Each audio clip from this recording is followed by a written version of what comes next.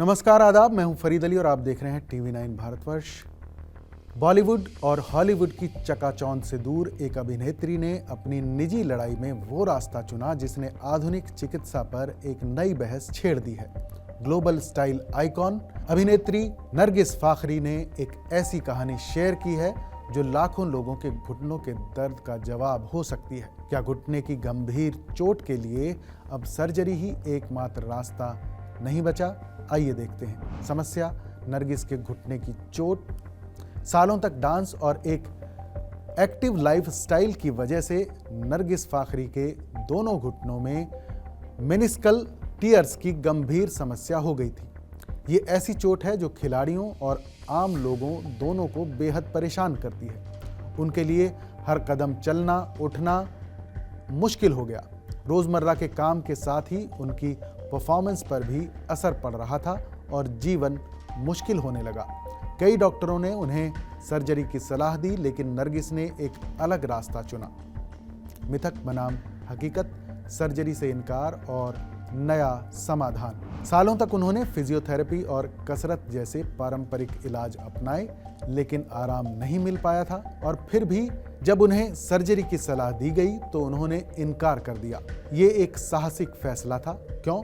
क्योंकि नरगिस फाखरी ने regenerative orthopaedics नाम की इस नई उम्मीद को गले लगाया। नरगिस ने अपने सोशल मीडिया पर एक वीडियो जारी करके इसके बारे में जानकारी दी है।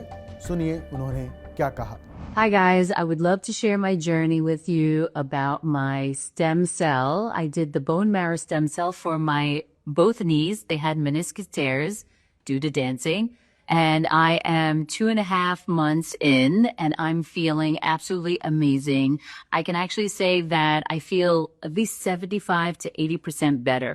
And how I know that I'm doing so well is because about 10 years ago, I had the same issue with my knees, meniscus tears on both knees.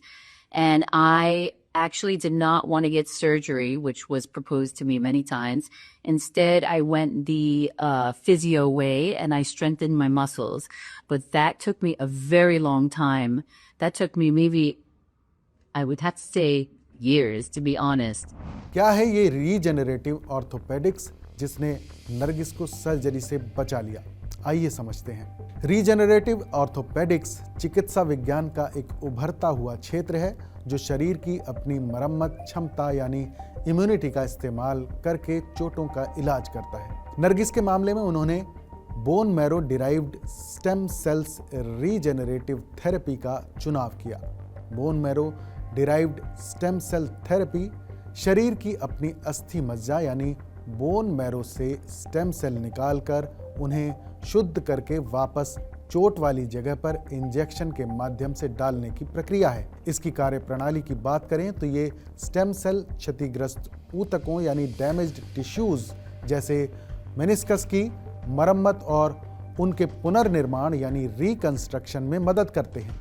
ये दर्द कम करते हैं और कार्यक्षमता बहाल करते हैं। नरगिस ने ये इलाज डॉक्टर वेंकटेश वेन मोव्वा की देखरेख में Regen Ortho Sport Medical Centre में लिया।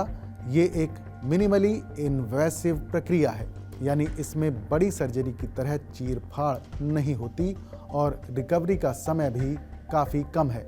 नरगिस फाखरी ने बताया कि उपचार के लगभग 2.5 महीने बाद उन्हें लगभग 80% बेहतर महसूस हुआ। उन्होंने न सिर्फ अपने घुटनों में सुधार महसूस किया बल्कि गर्दन और पीठ की पुरानी चोटों के लिए भी प्लेटलेट्स ग्रोथ फैक्टर इंजेक्शंस लिए जिससे उन्हें आराम मिला। And this time, stem cell is available now to everybody, which is absolutely amazing. So I decided to contact Regen Orthosport and speak to Dr. Mova about it. He gave me the confidence, and so I went with it, and I'm just very happy that I did because from years of physio to now 2.5 months feeling pretty good is a huge difference.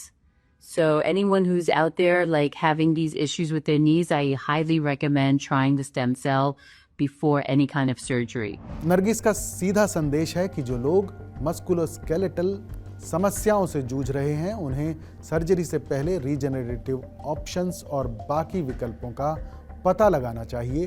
अगर doctor इसे medical तौर पर उचित समझें। Regenerative orthopaedics सिर्फ नरगिस फाखरी के लिए नहीं बल्कि खेल चोटों यानी स्पोर्ट्स इंजरी, पुराने दर्द, गठिया और जोड़ों के डीजेनरेशन जैसे कई परेशानियों के लिए एक गेम चेंजर साबित हो सकता है। इसका लक्ष्य मरीजों को कम रिकवरी समय में सक्रिय जीवन शैली में वापस लाना है, जिससे वो बिना बड़ी सर्जरी के सामान्य जीवन जी सकें।